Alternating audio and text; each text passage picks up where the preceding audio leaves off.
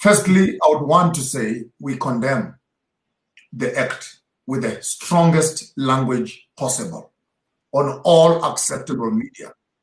I will not curse. If I could curse, I would swear and use vulgarity to denounce what is happening in Ghana.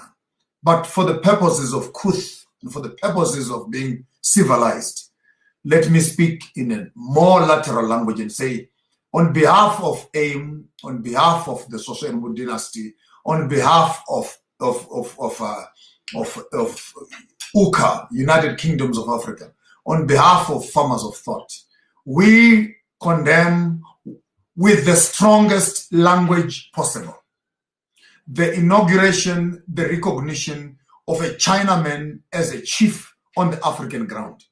The Chinese people, in terms of their business, their ethics, their religion, and morality, don't recognize Africans as human beings. And I suggest that whoever was responsible for this royal misconduct be brought to book. I want to appeal to the Nigerian government and the Ghanaian government. I want to appeal to the Ghanaian House of Chiefs. I want to appeal to the Ghanaian House of Kings. I want to appeal to the Ghanaian indigenous governance systems. I want to appeal to the Ghanaian rural and community and civil rights organization. I want to appeal to the Ghanaian Christian community. I want to appeal to the Ghanaian societal organizations in all their function, that they should not sit to be watching a Chinese man being recognized in the African continent when the Chinese people don't respect the Africans in all its honesty. What has happened in Ghana is an insult to the Africans. It's an insult to us, our Kebla. It's an insult of the highest order. And I wish I could look into the face of the Ghanaian president and say to him, in as much as you've been elected as the president of ECOWAS, shame! Shame! Shame on you as a president of an African country, and such wrong, horrible, nasty, filthy, dirty, disgusting events are happening under the nostrils of your own jurisdiction. Shame on you. I spit on the grave of the mothers of the chiefs and the kings.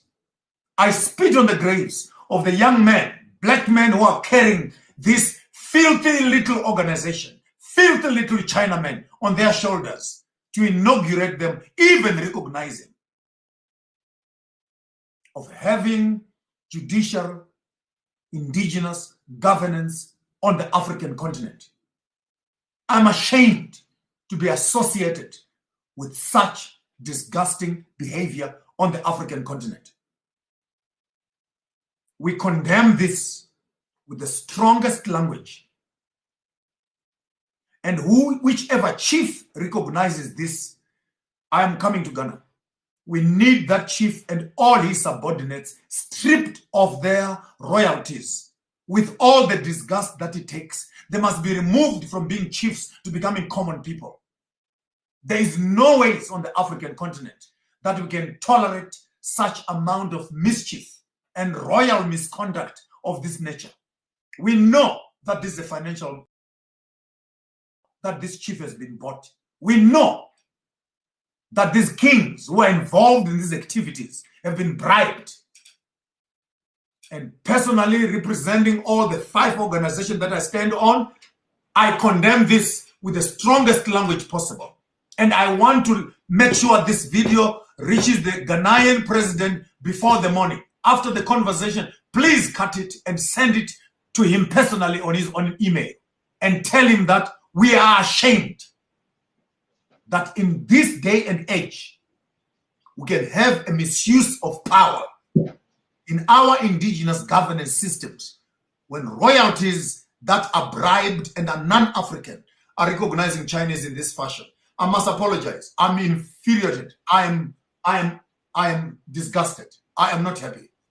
You have not seen me this angry ever since we started doing shows, but I cannot express it louder than this. I am totally out of my wits. I saw this happening in Zambia. Now it's happening in Ghana.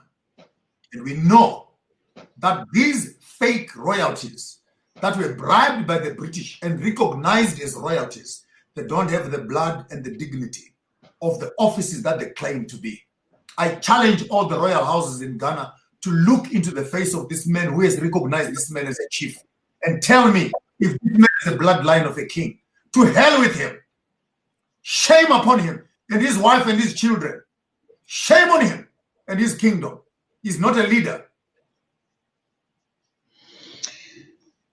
It is crazy. It is crazy. And we equally, I mean, the whole African community worldwide is pissed.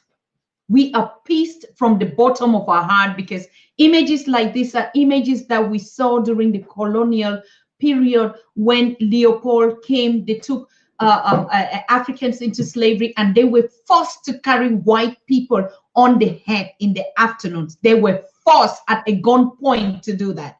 And at the 21st century, when we are talking and we are uniting to build the Africa that we want, that one of the central points where they took our forefathers is Ghana. One of the central key points in West Africa, when we talk about Kwame Nkrumah, when we talk about Marcus Garvey, when we talk about all these voices of Pan-Africanism, we see Ghana. When we talk about even the repatriation and the reparations going back, we see the golden gates of no return. We think about Ghana. How can Ghana of all? I mean, we're talking about Ghana. We're talking here about Ghana, ladies and gentlemen. We're not talking about a French colonized Africa. We're talking about Ghana. We're talking about Ghana. How can Ghana back us on like this? It is unacceptable.